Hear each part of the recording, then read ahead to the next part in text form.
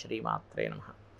ప్రేక్షకులకి ఆ లలితాంబిక అమ్మవారి యొక్క అనుగ్రహం పరిపూర్ణంగా కలగాలని మనస్ఫూర్తిగా కోరుకుంటూ ఆల్రెడీ మనం ఆదాయము, వ్యయము, రాజ్యపూజ్య, అవమానం గురించి వాటి గురించి మాట్లాడుకున్నాము. అయితే ఈ ఉగాది నుంచి ద్వాదశ రాశుల వారికి కూడా లేదా ద్వాదశ లగ్నాల వారికి ఏ విషయాలు చేయకూడదు, ఏ విషయాలు చేస్తే బాగుంటుంది, దేవత ఆరాధన కానీ గోసేవ కానీ ఏం చేసుకోవాలి, అదేవిధంగా కొంతమందికి జాతకం ఉండదు, అలాంటి వారికి ఏ మంత్రం చేసుకోవడం ద్వారా అమ్మవారిది ఎటువంటి ఇబ్బంది నుంచి అయినా బయటపడతారు అనేటువంటి విషయాలు మనం ఇప్పుడు తెలుసుకుందాం. మీరు ఉదాహరణకి మేషలగ్నంలో జన్మించారనుకోండి, మేషలగ్నం కావచ్చు, మేషరాశి కావచ్చు, అందులో ఉన్న ఏ నక్షత్రం అయినా కానీ మీరు చెయ్యకూడదు ఏంటో అసలు ఈ సంవత్సరంలో.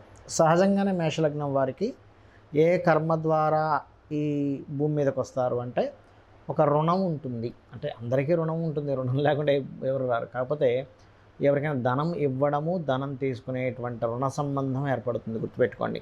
అప్పుగా ఇవ్వడం, అప్పుగా తీసుకునేది. ఈ మేషలగ్నం వారు కనుక ఈ సంవత్సరం ఎవరికైనా డబ్బులు ఇచ్చారు అంటే ఎట్టి పరిస్థితుల్లో అది వచ్చే ఛాన్సెస్ చాలా తక్కువ, అసలు లేవని చెప్పాలి. అందుకని మరి మీరు అనొచ్చు, ఏమండి నా వృత్తే ధనం ఇవ్వడం తీసుకోవడం అండి,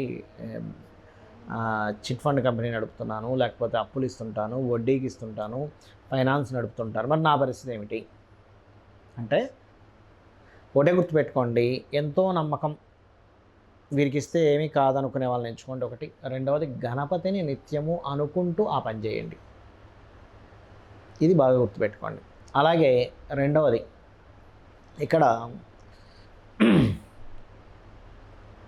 చూసుకున్నట్లయితే అదొకటి. రెండవది, హెల్త్ రిలేటెడ్ సంబంధించిన విషయంలో నర్వ్ రిలేటెడ్ కానీ లేకపోతే ఇట్లాంటివి ఏవైనా ఉంటాయి, మరి ఎట్లాగా అంటే ఇలాంటివి కూడా వచ్చే ఛాన్సెస్ ఉంటాయి. మరి దీనికి ఏమిటి అంటే మీరు తినేటువంటి ఏ ఫుడ్ తీసుకుంటున్నా సరే క్రీమ్, అచ్యుత, అనంత, గోవింద అని తీసుకోండి, చేయండి.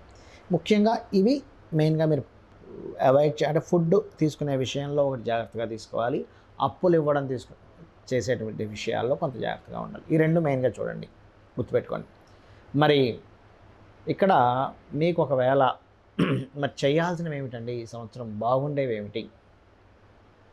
ఒకటే గుర్తుపెట్టుకోండి, మీకు శని లాభంలో ఉన్నాడు, 12వ స్థానంలో రాహు ఉన్నాడు, లగ్నంలో గురువు ఉన్నాడు, వెళ్తున్నాడు. కాబట్టి ఇక్కడ చేయాల్సిన ఏమిటి అంటే మీకు ఏమాత్రం అవకాశం ఉన్నా, విదేశాలకు వెళ్ళే అవకాశం ఏమాత్రం వచ్చినా వదిలిపెట్టకండి, ఇది మెయిన్గా గుర్తుపెట్టుకోండి. రెండవది, 11th హౌస్ శాటర్న్ ఉన్నప్పుడు సహజంగానే ఏంటంటే మీరు చేసే ప్రయత్నంలో పాపగ్రహం కనుక 11వ స్థానాల్లో ఉంటే ఖచ్చితంగా మీ యొక్క పూర్వజన్మ కర్మ యాక్టివ్ అయ్యే టైం అంటారు దాన్ని. సో అది యాక్టివ్ అవుతుంది కాబట్టి మీరు బిజినెస్ కానీ లేకపోతే ఏదైనా వృత్తి సంబంధంగా ఎదగడానికి స్కోప్ ఉన్నటువంటి సమయం ఇది. అలాగే మే లోపల మీరు వివాహ సంబంధించిన విషయాలు లేదా పార్ట్నర్షిప్కి సంబంధించిన విషయాలు ఓకే చేసుకోండి, కానీ మే దాటితే మాత్రం అటువంటి జోలికి వెళ్ళకండి. ఇది ముఖ్యంగా గుర్తుపెట్టుకోండి. ఈ మూడు పాయింట్లు అప్పు, హెల్త్ రిలేటెడ్ సంబంధించిన మే లోపల మాత్రమే సంబంధం కుదుర్చుకోవడం. మళ్ళీ ఎప్పుడు ఉంది అంటే మీరు మిడిల్ ఆఫ్ ది సెప్టెంబర్ నుంచి మరలా మీకు వస్తుంటుంది దాని ప్రభావం, అంటే మంచి ఫలితం అనేటువంటిది. మరి ఇక్కడ మీరు ఒకటే గుర్తుపెట్టుకోండి, మనం ఎటువంటి పని చేస్తున్నా అమ్మవారి యొక్క రక్ష గనక ఉన్నట్లయితే బాగుంటుంది కదా. మరి ఇందాక మీరు అన్నారే, ఇందాక నేను చెప్పానేంటి, ఏమండి మరి ఈ అప్పుల విషయంలోని అని. అప్పుల విషయంలో మీకు ఇబ్బంది కలగకుండా ఉండాలి. ఒకవేళ మీరు అప్పు చేశారు, మీకు ఎవరైనా అప్పిచ్చారు, మీరెవరికైనా అప్పిచ్చారు అన్నప్పుడు ఓం అపర్ణాయై నమః ఈ మంత్రం బ్రహ్మాండంగా పనిచేస్తుంది. మరి హెల్త్కి అన్నారు కదా, ఓం సర్వవ్యాధి ప్రశమని సర్వమృత్యు నివారిణి అగ్రగణ్య అచింత్య రూప కలికల్మషనాశిని నమః. మరి అదేవిధంగా మరి ఫుడ్ తీసుకునేటప్పుడు జాగ్రత్తగా అన్నారు కదా అన్నప్పుడు ఫుడ్ తీసుకునేటప్పుడు ఖచ్చితంగా మీరు క్రీమ్, అచ్యుత, అనంత, గోవింద ఇది చేసుకోండి, సరిపోతుంది. మరి ఇక్కడ నిత్యము చేయవలసిన దేవతారాధన ఏమిటి? మేషలగ్నం వారు, మేషరాశి వారు తీసుకుంటే సూర్య ఉపాసన. మీరు ఎంత సూర్య ఉపాసన చేస్తే అంత బాగుంటుంది. నవగ్రహాలలో రాహువు, కేతు గ్రహాల దగ్గర దీపారాధన చేయండి. గోవుకి గ్రాసము లేదా గోంగూర తినిపించండి. మీరు ఈ యొక్క ఇబ్బంది నుంచి ఈ సంవత్సరం మీరు పడకుండా ఉంటారు ఖచ్చితంగా ఆ యొక్క అమ్మవారి అనుగ్రహంతో. మరి చాలామందికి జాతకాలు ఉండవు, అంటే వాళ్ళు పూర్వం ఏంటంటే వాళ్ళు నోట్ చేసేవారు కాదు, ఒకవేళ నోట్ చేసినా మిస్ అవ్వచ్చు. కాబట్టి ఏంటి, వాళ్ళకి లగ్నం తెలియదు, నక్షత్రం తెలియదు, రాశి తెలియదు, ఎప్పుడు పుట్టారో తెలియదు. మరి వారికి ఏమిటి? మరి అలాంటి వారికి కూడా ఉందా జ్యోతిష్ శాస్త్రంలో అంటే, అమ్మవారిని కనుక మీరు పట్టుకున్నట్లయితే మీ జాతకం ఎలా ఉన్నా సంబంధం లేదండి. జాతకం ఎట్లా ఉన్నా, ఏళ్ళనాడు శని నడుస్తున్నా, సర్పదోషాలున్నా, ఏ దోషం ఉన్నా ఏం కాదు. అయితే దానికి పర్టికులర్ ప్రాబ్లంకి పర్టికులర్గా ఏ మంత్రం చేసుకోవాలో చెప్తాను. ఇది కనుక మీరు చేసుకోగలిగితే, నాకు ఈ ప్రాబ్లం ఉందండి, అమ్మవారిది ఈ మంత్రం చేసుకోగలిగితే అమ్మవారే రక్షిస్తుంది, మీరేమి టెన్షన్ పడక్కర్లేదు. గుర్తుపెట్టుకోండి, ఏమిటది చెప్తాను. ఒకటి, మీకు మీరుగా ఎదగలేకపోతున్నారు అనుకుందాం. కాసేపు ఎన్నో సంవత్సరాల నుంచి ఇదే ప్రాబ్లం అండి నాకు అని అనుకున్నప్పుడు మీరు చేయవలసింది ఏమిటి అంటే, ఒకటే గుర్తుపెట్టుకోండి, రక్షణ కావాలి. ఎదగాలంటే ఎవరు కావాలి? ఇప్పుడు చూడండి, ఎవరినైనా ఒక పెరగాలి, విశ్వంలో చూడండి, ఒక పక్షి, చిన్న పిల్ల పక్షి పెరగాలంటే ఏంటి, తల్లి ఫీడింగ్ ఇస్తూ ఉంటుంది. జీవుల్లో కూడా మనుష్యుడు కనుక ఒక స్టేజ్ వరకు రావాలంటే తల్లి నిత్యము చూసుకుంటూ ఉంటుంది. అంటే ఏంటి, శ్రీమాత్రే నమః, ఇది చేసుకోండి చాలు, ఇంకేం అక్కర్లేదు. మీకు ఒక రక్షణ ఏర్పడుతుంది. సరేనండి, పెరిగాను, నాకు ఇక్కడ మరి సంపాదన కావాలి కదండి అన్నప్పుడు ఒకటే గుర్తుపెట్టుకోండి, ఓం ధర్మాధార ధనాధ్యక్ష ధనధాన్య వివర్ధిని, ఈ మంత్రం చేసుకోండి చాలు.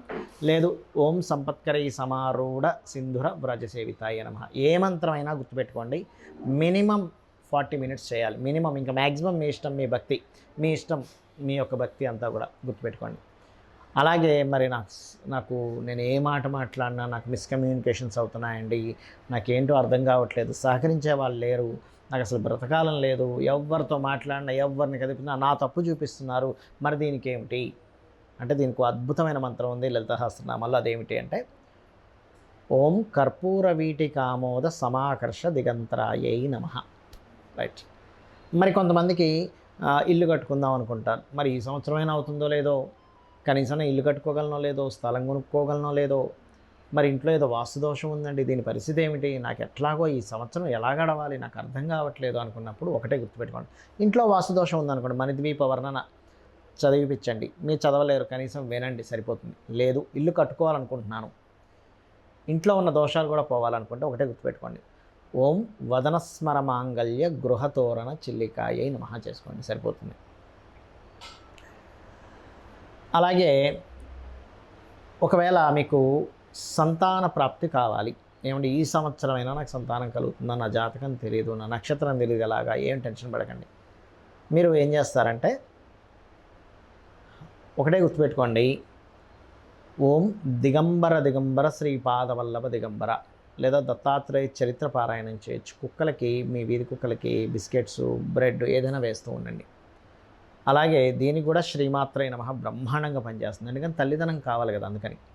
అలాగే రుణాలు ఎక్కువగా ఉన్నాయండి, ఈ సంవత్సరం ఏం తీరుతుందా లేదా, ఓం అపర్ణాయై నమః, అద్భుతంగా పనిచేస్తుంది. అలా కాదండి, నేను కొన్ని సంవత్సరాల నుంచి వెయిట్ చేస్తున్నాను, వివాహం అవ్వట్లేదు, కానీ నా జాతకం తెలియదు, ఎలాగా, జాతకంలో తెలిసినా కూడా ఎన్ని పరిహారాలు చేసినా అవ్వట్లేదు. భక్తిగా కనుక మీరు భక్తి శ్రద్ధలతో అమ్మవారిని తలుచుకొని, అమ్మ నాకు వివాహం అవ్వాలి, నువ్వు ఉన్నావు నాకేంటని చెప్పి మీరు కనుక చేయగలిగితే, మంత్రం ఏమిటి అని చెప్పి చూసుకున్నట్లయితే, కామేశబద్ధ మాంగళ్య సూత్రశోభిత కందరాయై నమః. మరొక కొంతమందికి వివాహం అయింది కానండి, మాటి మాటికి గొడవలు అవుతున్నాయి అన్నప్పుడు మీరు శివకామేశ్వరాంకస్త శివాస్వాధీన వల్లభాయై నమః చేసుకోవచ్చు. లేదా మందస్మిత ప్రభాపూర మజ్జత్ కామేశ మానస కూడా చేసుకోవచ్చు. అద్భుతంగా ఉంటుంది వాళ్ళ జీవితం అలా కనుక చేయగలిగితే. అలాగే మరి గండాలు ఉన్నాయండి, ఏం చేయాలి, నాకు ఫలానా గండం ఉందని చెప్పారు, ఆ గండం చెప్పారు, ఏం టెన్షన్ పడకండి, దుర్గా అమ్మవారు మిమ్మల్ని గండాల నుంచి బయటపడేస్తుంది. ఓం దుమ్ దుర్గాయ నమః గుర్తుపెట్టుకోండి. లేదా సుబ్రహ్మణ్యేశ్వర స్వామి అష్టకం చదువుకోవచ్చు. మరి నాకు మూలధనం లేదు, లేదా నేను ఒక ఉన్నత చదువులు చదువుదాం అనుకుంటున్నాను, అలాంటప్పుడు మీరు చేయవలసింది ఏంటంటే హయగ్రీవ స్తోత్రం, లేదా ఓం హయగ్రీవాయ నమః అనుకోవచ్చు. లేదా రాజరాజేశ్వరి అమ్మవారి యొక్క స్తోత్రం చేసుకోవచ్చు. ఇవి కనుక చేసుకున్నట్లయితే ఖచ్చితంగా బాగుంటుంది. మరియు దీంతోపాటు మరి ఉద్యోగం లేదండి, ఉద్యోగ ప్రాప్తి కావాలండి అని అనుకున్నప్పుడు ఒకటే గుర్తుపెట్టుకోండి, ఓం మాణిక్య మకుటాకార జానుద్వయ విరాజితాయై నమః. లేదు, ఓం శ్రీమాత శ్రీ మహారాజ్ని శ్రీమత్ సింహాసనేశ్వరి నమః. ఉద్యోగం కాదండి, అది వ్యాపారము, వ్యాపారంలో బాగా లాభాలు రావాలి, ఏం చేయాలి, ఒకటే గుర్తుపెట్టుకోండి, తమలపాకులు చక్కగా ఒక 21 కానీ 41 కానీ తమలపాకులు అమ్మవారి దగ్గర పెట్టి ఒక మంత్రం చెప్తాను. ఏమిటది అంటే, ఓం ఇంద్రగోప పరిక్షిప్త స్మరతూనా భజంగికాయే నమః అని ఇచ్చేసి ఒక 40 మినిట్స్ చేయండి అమ్మవారి దగ్గర పెట్టి. అమ్మవారు ప్రసాదంగా తీసుకొని వాటిని మనకి చూడండి తోరణం కట్టినట్టుగా మీ యొక్క షాపుకో మీ ఆఫీస్కో దేనికైనా తోరణంలా కట్టండి. అమ్మవారి శక్తితో మీకు ఆకర్షణ శక్తి వస్తుంది. ఎన్ని రోజులు చేయాలి, మీకు అభివృద్ధి ఎంతవరకు అయితే అన్ని రోజులు చేయండి. అడగంగా మనం ఆకలి వేసినప్పుడు ఎన్ని మెతుకులు తినాలండి, అడగంగా ఆకలి తీరే వరకు ఎలా తింటాం, ఇది కూడా అంతే.